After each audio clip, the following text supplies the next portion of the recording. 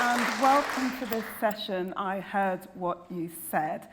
My name is Nicola Rollock. I am Professor of Social Policy and Race at King's College, London. And it gives me immense pleasure to be able to introduce Jeffrey Boakye and also Robert Beckford. So Jeffrey is an author, broadcaster, and educator who's a wide range of interests, including hip-hop, popular culture, masculinities, and education, to name but a few. Thank you. And his latest book, I Heard What You Said, which the astute amongst you will also have noticed is the name of today's session, has just been published by Picador. Professor Robert Beckford is an award-winning documentary filmmaker and scholar activist who has interest in intersectionality, which is a word I should be able to say as an academic. That's true, it's true, yeah.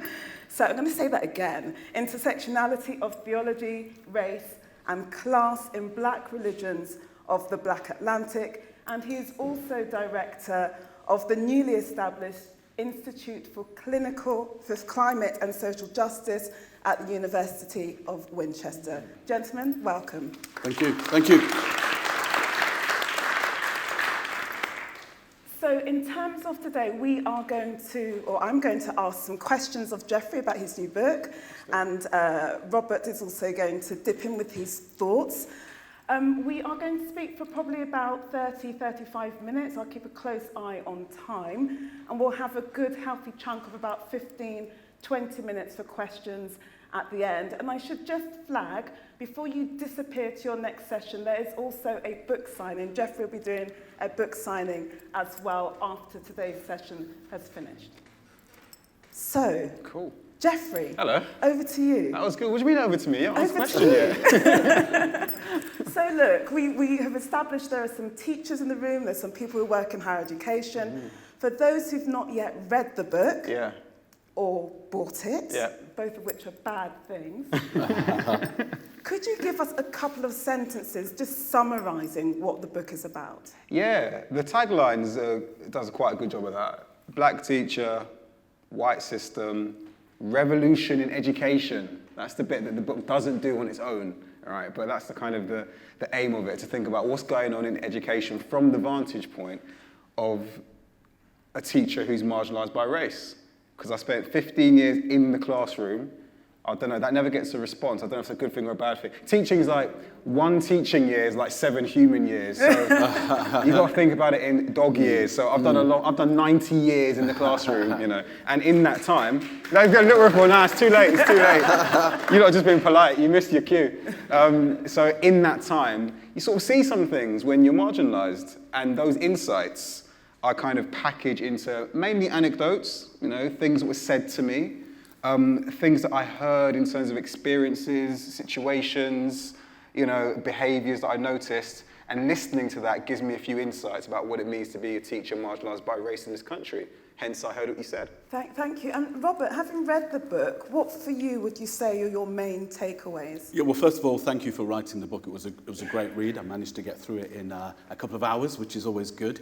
3 things kind of strike me about it. One is that it tells me that things haven't changed a great deal from when I was at school. I was at school in Midlands in the 1970s, 1980s, and some of the racialized discourses that you talk about, particularly in terms of the teacher's perception of black children, black children's perception of black teachers, they were present back then when I was growing up. So I could find some identification with it.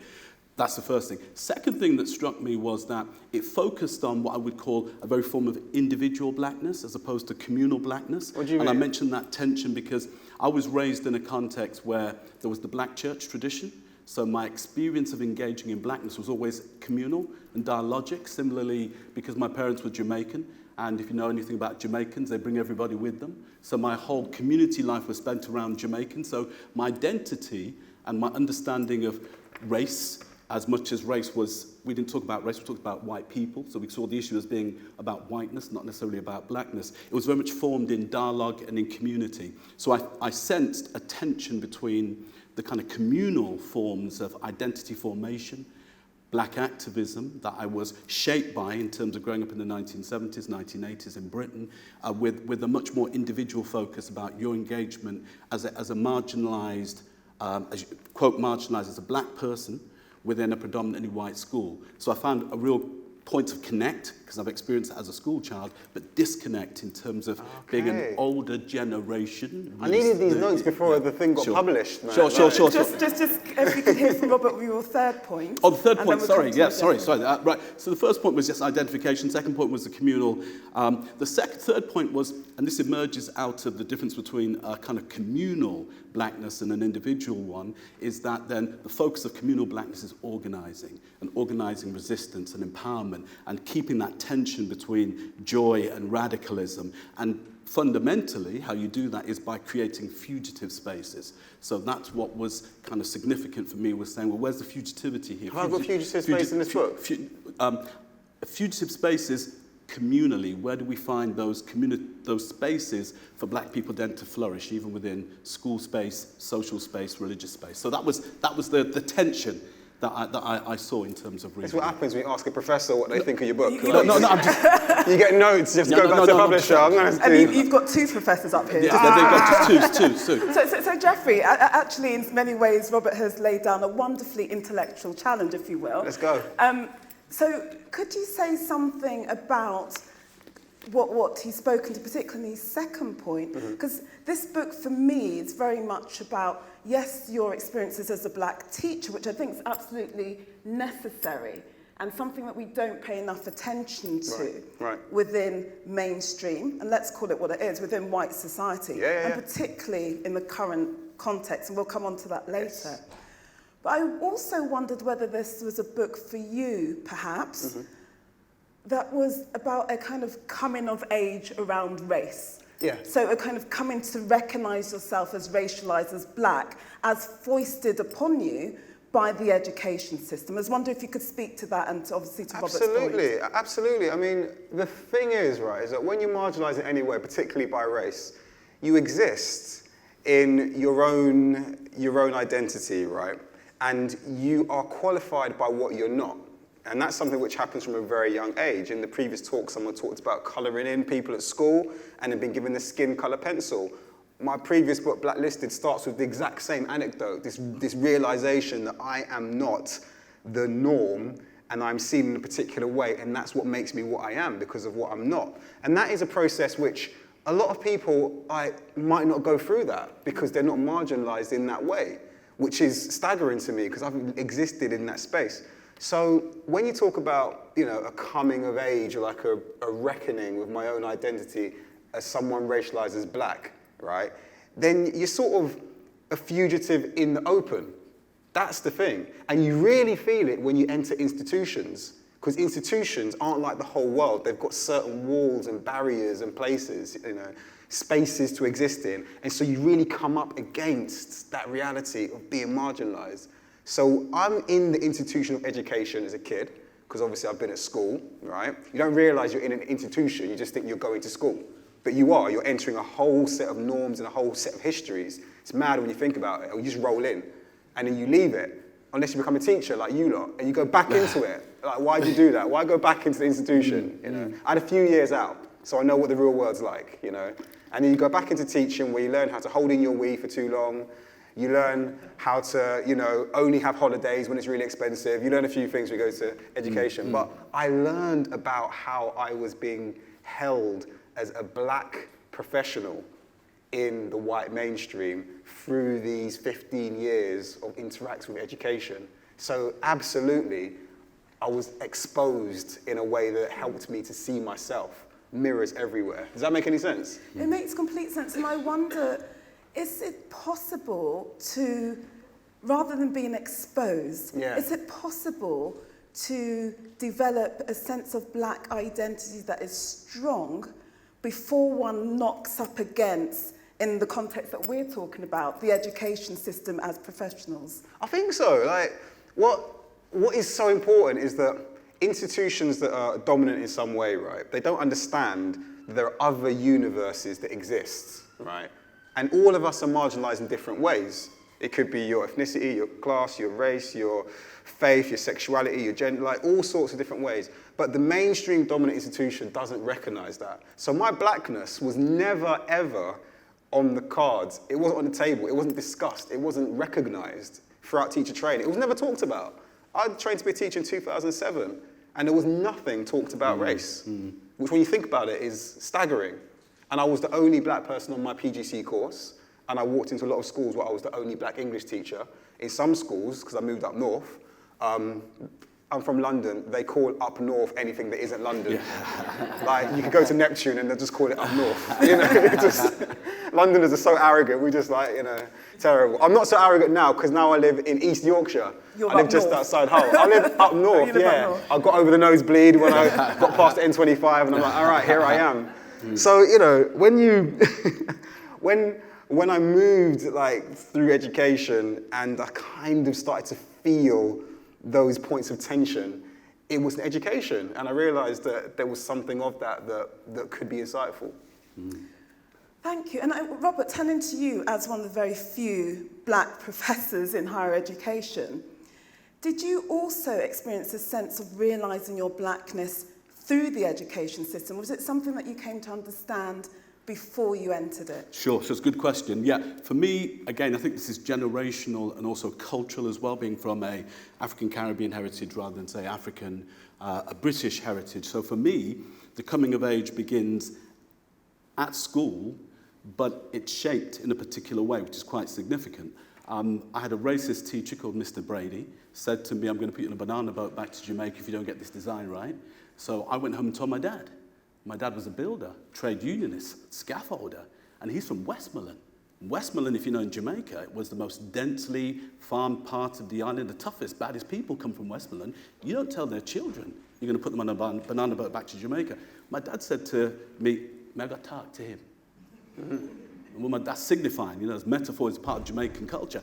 My dad went up there, knocked on the door, did the deferential thing that Jamaican people of his generation do. He said, can I have a word with you, sir? Deferential, you know, but he's signifying. He's playing a Nancy, playing fool to catch wise. The teacher came out. My dad was a scaffolder. He picked him up. Picks him up. He said, put me on that boat. Put me on that boat. Teacher went wed. Dad put him down. My dad walked out. Now, you get in trouble for that in this day and age.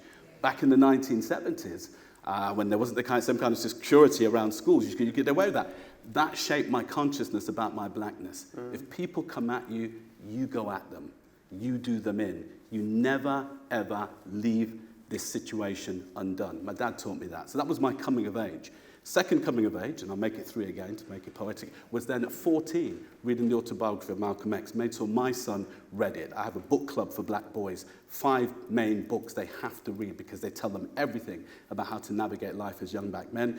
Kwame Kwame will tell you about this. The artist Faisal Abdul-Allah read the book exactly at the same time, conscientized me in terms of race, spirituality, black politics, and the way that whiteness works in the world. So that was before I went into higher education. So in the 6th form, given all of this experience, plus the experience of the black church, plus the experience of living in a Jamaican community, plus the experience of a trade union father, spiritual mother, I went to New York for my undergraduate degree. Why would I stay in Britain?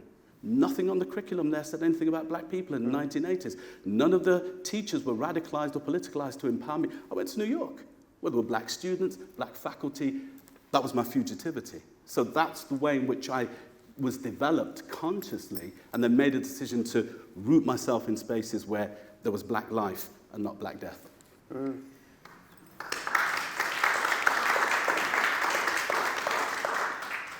I think the issue of generation has come up in different ways in our discussion so far, Jeffrey, and I think without including myself and my age in this, I'm noticing some strong similarities in all of our experiences as educators. Was the issue of not just generation, but the fact that these are the same issues that are manifesting again and again, did that come up for you in the course of writing your book? Yeah, 100%. Because one of the things which I realized is that there's a whole other curriculum. There's a whole curriculum that you live through that comes through your family, through the stories that are passed down, oral traditions, growing up, I was born in 1982, that's my vintage, right? When there were, 3 channels on TV, then 4, and then 5. Proximity to blackness in the media was something that was actually quite thin growing up. So another part of the curriculum was just exploring black culture as presented to you through media outlets like movies, music, art, culture. I grew up in a place called Brixton in South London. I was surrounded by Jamaican people. So Jamaican culture was a big part of my black identity, right? I knew the dialects, I knew the clothes, the food, the social norms and so on. That's a curriculum. That's a whole curriculum that you carry with you. That curriculum has got no space in the white mainstream curriculum that you are invited into when you go to school.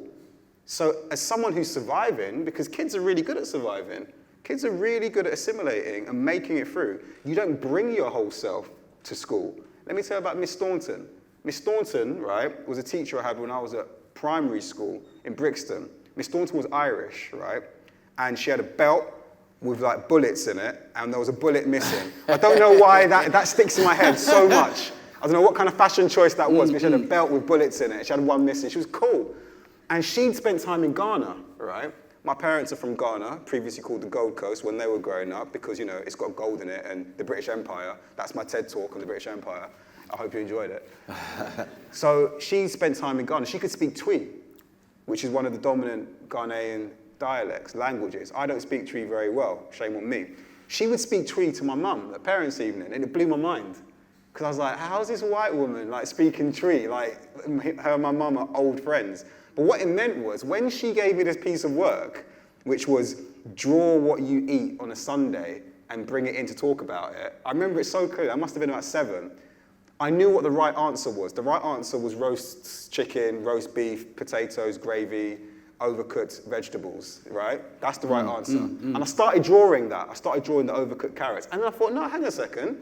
Miss Staunton knows what I'm all about. Let me draw some plantain here. So I drew plantain, I drew spinach stew, I drew some Ghanaian food. And I remember just taking that into school with such a, what was that?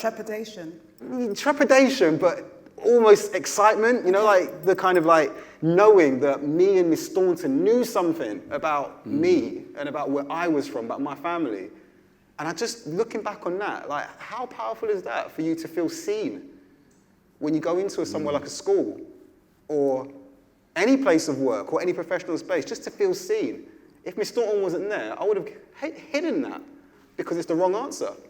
I think that's such an interesting point, and connecting with the way Robert's also talked about the formation of his black identity. And listening to the example that you've given, I'm thinking about my family's from Barbados. Hey, Bayesian. I is Bayesian. And it never occurred to me that any part of my cultural identity and experiences would be discussed in a school context. Thank you. The school context, both as a pupil and then as an adult, as an educator, has very much been about the pushback against my identity. Yeah. And so as part of that, I'm really fascinated by your candor in the book when you talk about your journey, your learning. Yeah. And so Jeffrey gives a number of tips around lesson ideas, but you also speak really openly about the challenges you face and, if I can say, some of your shortcomings and what you then learned from it. How was it sharing those things? Because that's not what we do as British society, certainly. And it's not something that is welcome generally, I would argue, within the education system. Yeah, your vulnerability is your superpower. You have to open up your story. The reason why we've got to where we are, society's problems, is that there's this weird construct that we're supposed to be in charge and control, know all the answers and be infallible, right? That's masculinity talking as well. It's terrible. Dominant whiteness and dominant masculinity, the patriarchy, tell us that we have to be correct all the time. Hence why you get this mess, because there are more questions than answers, and actually exposing your vulnerabilities is the way you go forward. All right, it's my second TED talk for the day, all right, about masculinity. So when I'm writing, I just have to be very honest about the journey that I've been on. We are all on various journeys. I am not born an expert in race politics. No one is, right? This is work. You heard it. He had to go to New York. He had to pick up a book. Look at him. He's been reading his whole life, Same with you. It is work.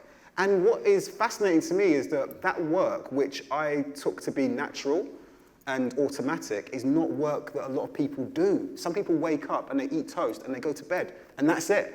And then they happen to run the country, right? But the rest of us, it's a journey. Being anti-racist is not an automatic prerequisite of being quote-unquote black. I had to learn how to be anti-racist.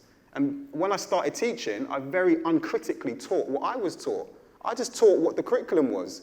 I didn't know when I started teaching in 2007 that in 1988 the national curriculum was invented by Kenneth Baker and Margaret Thatcher along very specific lines, very, very targeted design principles about what is good and what is bad. I didn't think about that. I just taught what I was taught when I was at school, Of Mice and Men, To Kill a Mockingbird, Shakespeare, Shakespeare, Shakespeare, Shakespeare. I didn't know, right? So I was blind. So if I accept that I've been on a journey, then I ask everyone else to accept that they're on a journey. And we're all on various journeys, you know?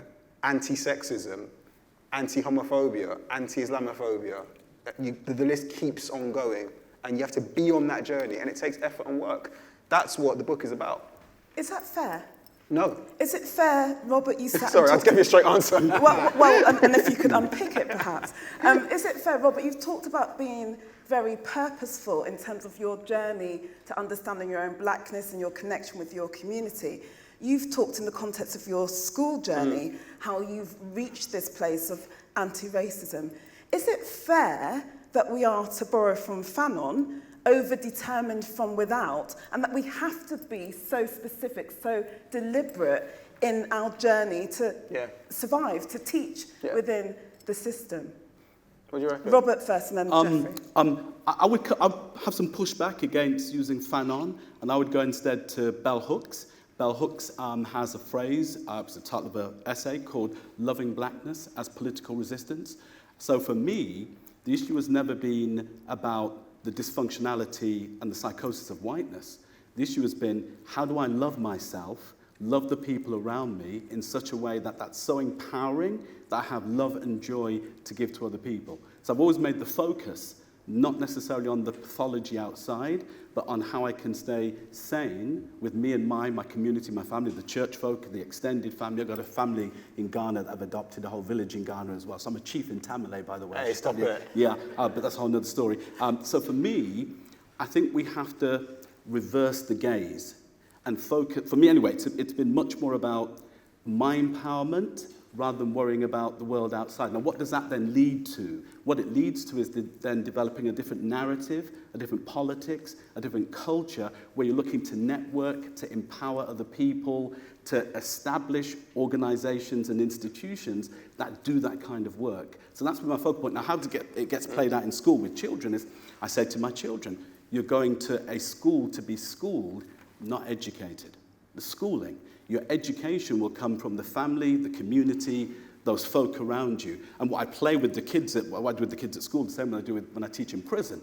It's where me and Nicola met. I'm just joking. In terms of prison, I work on a kind of Gnosticism in the sense that there's a kind of a secret around this. So I say to the kids, look, what are you doing in history? Look, they're not going to tell our story, and these are the reasons. Look, kids get really excited about, oh, yeah, we see it. And I then encourage them to ask the teachers. Same way in terms of the prison class. They don't want you to know this, so we're going to do it, and they love it. You know, so I just find alternative ways of exploring the ideas to build and love myself, love my people, and ensure that my kids don't fear other people who look like them, but learn to love them. And that's the starting point. So I've never tried to make what, Fanon would call the psychosis of whiteness normative or even impactful, because I realize that's dysfunctional.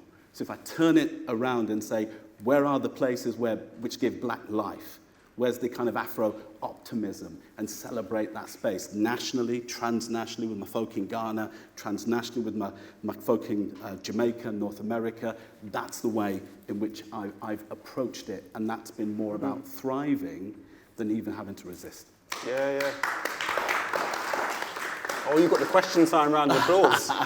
And just before we hand over to Jeffrey, I should acknowledge actually how we first met is I approached Robert, I can't remember how many donkeys ago it was, to be a mentor for me. I got a fellowship from one of the educational research associations, and I wanted to understand more about the media. And so Robert very kindly allowed me to shadow him for a couple of weeks. So that's how we really first met. Yeah. So, anyway, Jeffrey, over to you. Is it fair? It is definitely not fair, right? Because it's extra work. It's extra emotional work, social work, intellectual work to understand your marginalised position from without. But boom, this is good because that work is deeply empowering at the same time. So I'm not saying it's good, I'm not saying it's fair, but I'm saying that there is an empowering outcome that comes from it. Let me explain, if you're in this bottle, right? I'm going to use a visual metaphor. If you're in that bottle and you were born in that bottle, and that bottle is your entire universe, you only know what's inside that bottle, correct? Right? That means that your entire worldview is limited by that bottle, but it's very comfortable because you only know the bottle. And actually, it's a very nice place to be. It's very nice in there. It's safe. It's warm. There's you've got everything you need in that bottle. If you're outside of the bottle of dominant whiteness, for example, then you can see the whole bottle from this vantage point. I was never inside the bottle. And that's how whiteness has worked for me. I've never been straitjacketed by whiteness in the way that people who have been racialized as white since the 60s have been.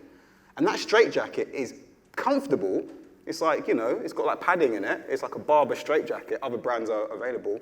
But it's very, very, very, very restrictive. And the blinkers are on too. So the lights, they don't blind you because you can't see them because your eyes have been blinkered. That is comfort, but it's also deeply restrictive. Dominant paradigms operate like that. Whiteness is one example. So me not being white, just because of that simple fact, right, the color of my skin has been called black, that allows me to be free of that, and I can see it from without. I can write whole books criticizing whiteness, despite the fact that I've got whiteness in me as well. I was born in 1982 in this country. Are you mad? I've got 2 umbrellas. I'm very white. I'm very British. I say things like, thank you when I mean I hate you. That's a very British thing to do, But I can criticize whiteness because of how I've been positioned. It's so freeing. And it means that the extra work that I've got to do in life to be me is difficult, but I operate at a different frequency. I mean, come on, man. Who else is writing 8 books in 5 years? It's just like me. I'm just bigging myself up, but you guys don't have to clap. But I'm doing work here. No, you don't have to clap. I'm operating at a different frequency here, and I think that a lot of people who are marginalised operate at a different frequency, which is hard work, but it's empowering. And actually, that's a really amazing segue, organic segue to my next question, because one of the things about becoming a professor, or becoming a head teacher, is about production. So as academics, you have to produce. You have to publish in the right journals, you have to have a profile, you have to have an international profile, you have to produce all these markers of what's called esteem. Yeah. And what's really fascinating to me is there's a section in the book where you grapple with the idea of progression, of promotion and progression, which I'm sure is familiar to many people in this room. And you talk about, and I think this is something that's fundamentally missing from debates. It wasn't called D&I when I was growing up, it's called something else. But let's just call it debates about D&I or inclusion, racial justice. Is that there's a lack of understanding of what it means to progress if you are a black person concerned about these issues. And I wonder if you could just share with everyone here today something very briefly about some of the questions you had in your mind about whether or not you should go for promotion. Yeah, I mean, the movement towards power, the movement up the ladders of hierarchy, the metaphors already start to get a bit, kind of like steeped in power paradigms. That is a movement towards the centering of power. And that table is a table that comes with certain norms and certain rules. It has an ideological, slant to it. So as someone who is on the margins, in terms of my identity, I was always very cautious of moving into these spaces of power, because those tables of power are the same tables of power that called the Gold Coast and carved up the continent of Africa in the 1880s for economic gain. I don't want to be around that table. It's basic inhumanity, right? So I'm not going to shift into senior leadership because I look around the table and I think, there's a bit too much masculinity, too much heteronormativity, too much whiteness. And that's therefore, for me, it's an unsafe space. So how do I do it? Well, it goes back to the metaphor I used earlier. I'm going to make my marginalized place, that's the fertile ground. I have to work out my own physics to exist. it's intense. Sometimes I'm too much for people. I'm just too much. Like, I know that a lot of black people are just too much because we have to be too much to make it. We operate with different physics. You know, we don't have the entitlement to be C+ students, you know, or to be C+ parents. We have to be A* all the time. Otherwise, it's a tightrope. And you've got obscurity on one side and you've got annihilation on the other. So just to exist in that space requires some, you know, intent. And I found that staying away from those established bases of power allowed me to flourish, create my own insights. And that's why I always stayed in the classroom. I was a classroom teacher. Weird thing to say. It's like saying a kitchen cook or like a swimming pool diving instructor. I don't know, but I was a classroom teacher because that's where I could flourish within the physics of my own identity. Thank you. And Robert, so one of the things to become a professor is service, being a head of department, but becoming more embedded in the very system which shows us there's very few black professors. Did you have similar concerns or reflections as those articulated by Jeffrey? No, because as a research student, you'll know we read material by black scholars who have navigated higher education, and they tell us two things. One, that there is a white supremacist knowledge validation system, which you've articulated, the way in which the system expects you to behave, the kind of books you have to write, the places you have to publish, the conferences you have to go to, and then what we call counter-hegemonic epistemologies, ways of knowing, the way that black people develop knowledge in community, through spirituality, through story, through mysticism, all different kinds of ways in which produce knowledge. So I've always worked in the black camp. So my approach has been, let me investigate as much as possible my own people's ways of knowing and see where that leads me. So that's been my starting point. Now, what that has meant is that then I've written about things. I've been fortunate that I was able to meet Akil Ahmed back in the early noughties and went into filmmaking. I've been lucky in that I've been able to meet people like Professor James Cone in North America, God bless him, who then taught me about how to operate as a black academic, but to empower other people. You see, so my starting point was never rising up the ladder. It was how many people could take off the plantation. You know what's interesting, right? though? So just to show how this operates, in terms of teaching, you know, produce 15 black PhDs. Why? Because that's important, what comes behind. In terms of television, David Olusoga started out with me. Yeah. You know, and Ao Akinwuleri, who'll be doing the Commonwealth Games, he used to sell me shirts. And I said, brother, you need to get into media. He was such a good salesman, he never gave me a discount. But he was, you know what I mean? Andrew Akinwuleri. So what I'm saying is, for me, the focal point has always been those of us who get off the plantation, metaphorically speaking, how do we then give back? How do we empower the people who come up who come up next, and how do we so empower them that they do better? So being Garveyite, my measure has always been my success is not based upon how well I do, but how many other people I can get to do better than me. And I've been blessed in that that's been worked out in this context. So in terms of strategy, the only strategy I've had is one that my parents told me from day one. The way to the top for black people is through the door. You know, you navigate the system that way. If they don't see a genius, somebody else will. Yeah. Jeffrey? No, it's so interesting that you talked about having to find, like, go out of your way, be a pilot to find these spaces, these communities. You know, the number of people that have told me to go to America, like literally use that word, like, you know, those words, go to America. Your constituency is over there. You'll find people you can organize. Now something different is happening. You know, I'm finding we can connect here. You know, we can start to, and the real conversation is, can we build? Because this book here that I've written is all about me being a fugitive within British education and the way that I found myself silenced and the way that I found my voice within that over time. Like, I'm very proud of my hair. That might sound like a strange segue, right? But bear with me, all right? My hair growing up was never like this. I always had it short. I always had, like, you know, basically just, you know, kind of like a low fade at best. Never anything like this. Now I've got like twists and stuff. I'm really proud. It was my lockdown hair, right? This hair would not have been permitted when I was growing up at school. Yeah.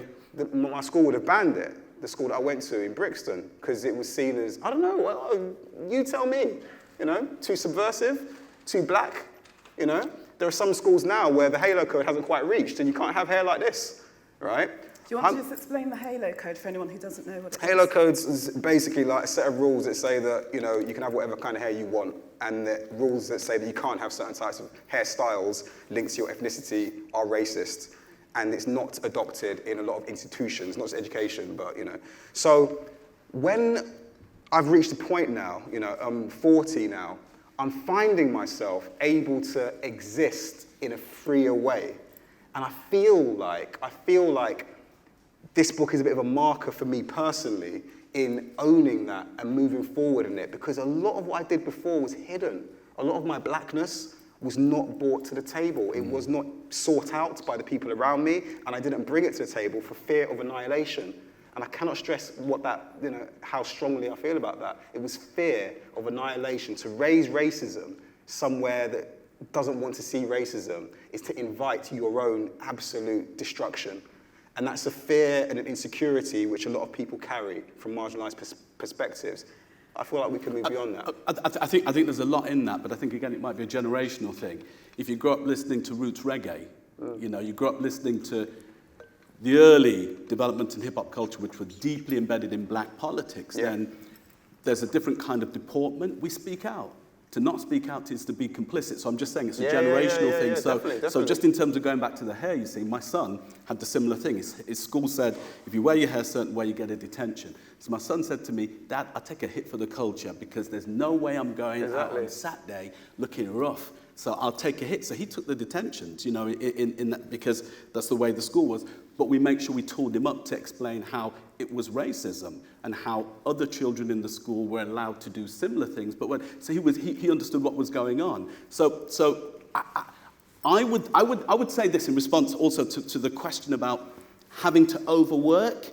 I think it's problematic. My dad said it would make you mad. You know, you go to Jamaica, they say English people mad. And it's partly because the way in which the psychosis of whiteness can make us feel that we have to do better. I've never thought that way. I've said the same thing to my children.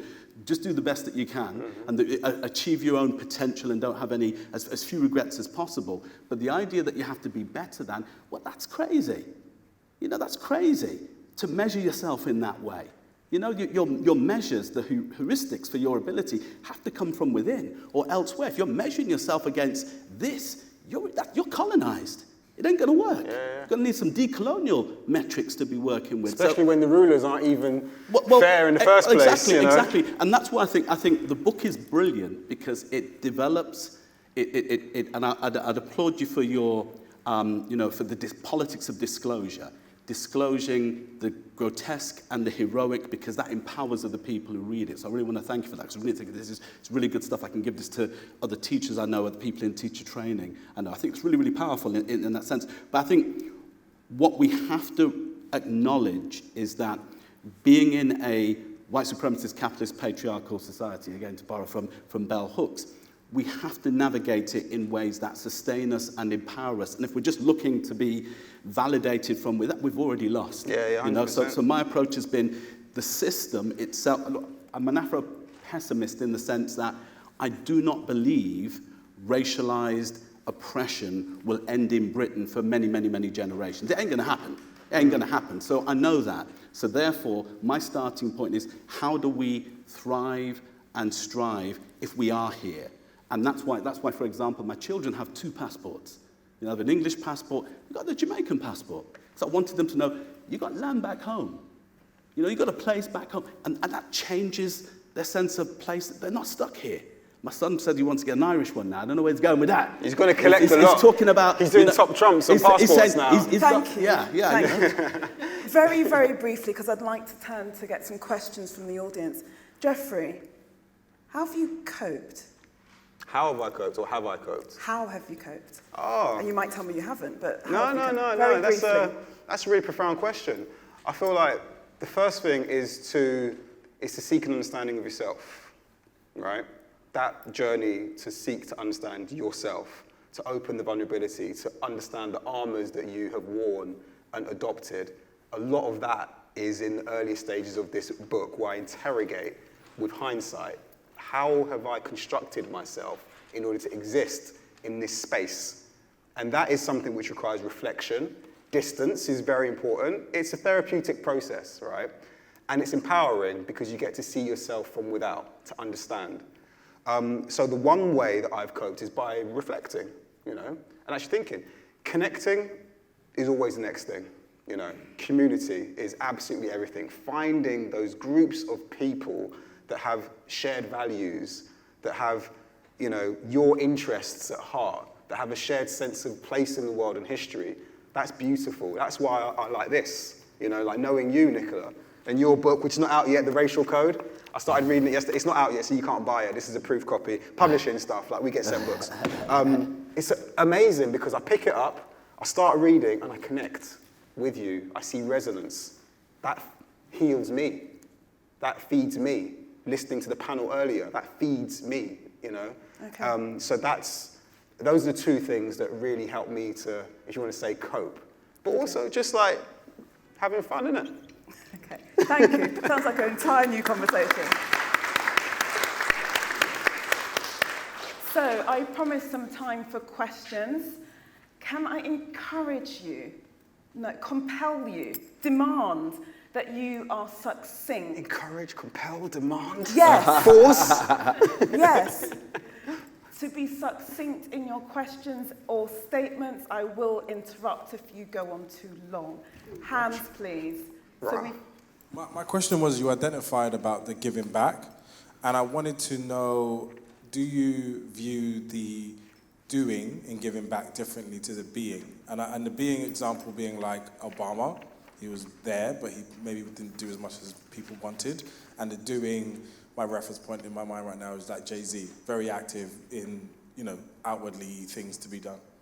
Problematize both of those characters. First of all, because Obama was never radical. He never went in on a radical ticket, so I don't know where people are expecting any kind of giving back in that sense. Jay-Z is an exemplar of American capitalism in blackface, which is always bad for African people worldwide. So both of them are problematic characters. In terms of the tension, it's not a false dichotomy. Being and doing are part of a holistic system. The key is always getting the balance so you don't get burnout and that you don't feel that there's an imbalance. So for me, it's a holistic practice. thank you for the brevity. Wonderful. Gentleman here.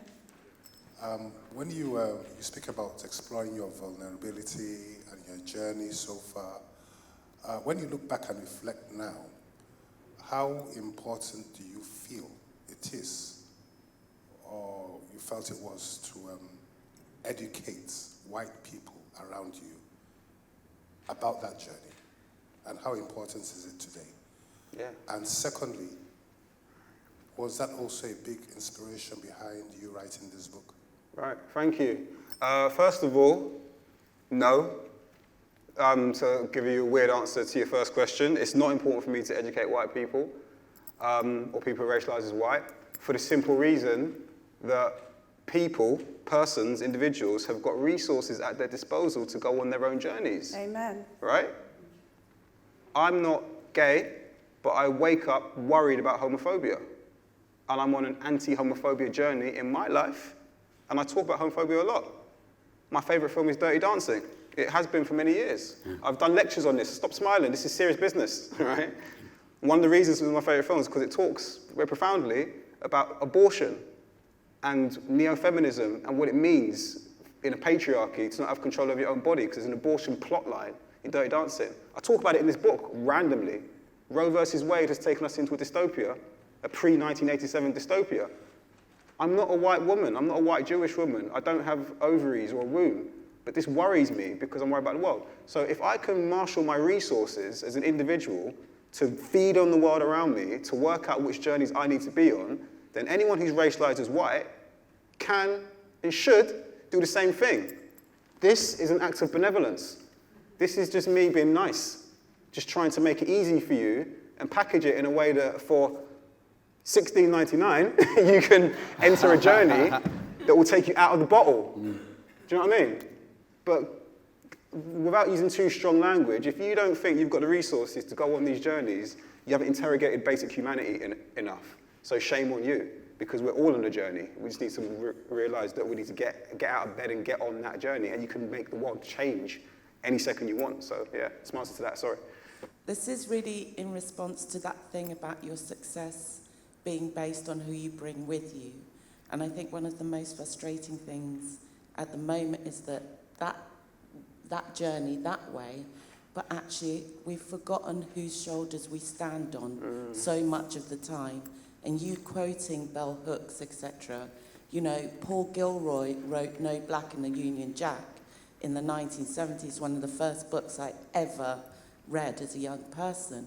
And I just wonder, what is the work we really have to do to stop the collective amnesia that is going on at the moment around the work, especially Black British work, that has gone on before this moment, because it is so profound, that amnesia, that it's almost like we're constantly starting again. Yeah. Thank you. It's, briefly, Jeffrey, and then Robert. it's profound and it's deliberate. I work in publishing. I've got a shelf of books you cannot buy anymore because they were commissioned once and they were never commissioned again. They've been pulped. You literally cannot find them, right? Black activists, all sorts of non-white activists who have written things and said things. The publishing industry, like any industry, any institution, is steeped in the racism and the isms and the dominant power politics that affects all of us. So this is what we're talking about. And that amnesia is absolutely deliberate. Paul Gilroy, Beryl Gilroy, his mum wrote Black Teacher in the 1970s, talking about child-centered learning. That book was only recommissioned in 2021. What are we talking about here? So part of it is actually seeking out the truth. That journey that I've talked about, the effort is actually finding these truths. And that's something which is very difficult, but that's really important. So yeah, everything you said, 100%. 100%. And I have to say, it's really interesting. I at the start of my career, I used to work for the Runnymede Trust, which is a race equality think tank. And I edited a book called Complementing Teachers, a practical guide to race equality and cultural diversity in the classroom. And that had lesson plans about how to implement those things in the class. And it's really interesting to now be having this debate about decolonising, well, in some spaces, the curriculum. Robert, briefly. Yeah, I would just say that I was at a conference with Paul Gilroy a couple of weeks ago where we were celebrating Gilroy's work, so there was a lot of recognition for Paul Gilroy's genius, just to say that, and legacy, so it's out there in terms of the academy. My starting point would be, my answer would be that I can't expect the system to do that work, right? Right, that's it. So my starting point is we do it, we set up these spaces to do it, and we empower other people to do it. One of my other gigs is at a seminary where we have 80 Black postgraduate students. It's the largest cohort of Black students studying postgraduate work in Western Europe. And that's part of continuing the legacy, the scholastic legacy, and doing the work for ourselves. Thank you. Any further questions? The woman in the white hat's just here. Thank you. Isn't the point of everything we are doing, the point of empowering people to create a society where everyone is included? So when does the transition begin from just having spaces of just, people who are marginalized to a society where we bring others who are not of those, of those backgrounds? Yes, that's the word I was looking for, of backgrounds, to share in. Yeah. Yeah, no, listen, it's just about knowing and acknowledging the truth. That is the biggest thing for me. If you know the truth of what has happened and it hasn't been obfuscated or obscured or maligned, then you have a good shot of taking a deliberate step in the right direction. The problem we have is that we are absolutely ignorant and it's been breeded into successive generations. So some of the conversations we've just had. So we need to be seeking out the deepest truths of the situation without the baggage and the insecurities because we're attached to those truths. This country needs to know what the British Empire was, how it operated, what it was up to and why, and its values in order to understand who we are and how we got here. Because then it's a very simple conversation to know how to go forward with humanity at heart. But we don't teach that stuff, I've been in rooms bigger than this and no one's heard of Operation Legacy. That blows my mind. That's a very simple thing. You can tell people in 30 seconds about Operation Legacy. The willful destruction of evidence of colonial wrongdoings that happened in the 1950s, hiding stuff in the sea, burning it, burying it, so that the crimes of empire would not come to light. Why would you hide those things? It's like a family secret, because you don't want the kids to know, so you go forward with the same values into the future. So it's about exposing the truth, and that's what I try to do in my work. Robert, should those spaces be mixed? I'm not sure if I'm completely understanding your question, but if I'm not, I'll just answer it this way anyway. I think that that mixity is happening anyway in terms of spaces where diverse groups of young people get together and have fellowship. And what I'm trying to say is that I don't recognize the picture of just the kind of separation, because there are radical spaces where radicals of all colours get together. There are really cultural spaces where people are committed to inclusion get together. My kids tell me about this, where they go out their nightclub experience in terms of creative culture. So I think there's much more happening. We could look at the fact that the fastest growing demographic in Britain is people of mixed heritage. 60, 70%, the next census or so, of black men in a relationship or with a white partner. So there is an inclusive dimension to black British existence anyway, you know? So that's my first response to it. The only other thing I'd say on top of that is radicalism has always been the solution. The problem is whiteness, not white people, because the systems are mutually separate, but there are points of connection. But whiteness has always been about the myth of liberalism, and that a liberal agenda can save us. It never has done that. So the challenge for me has always been, how many radical people can we get in these spaces as possible?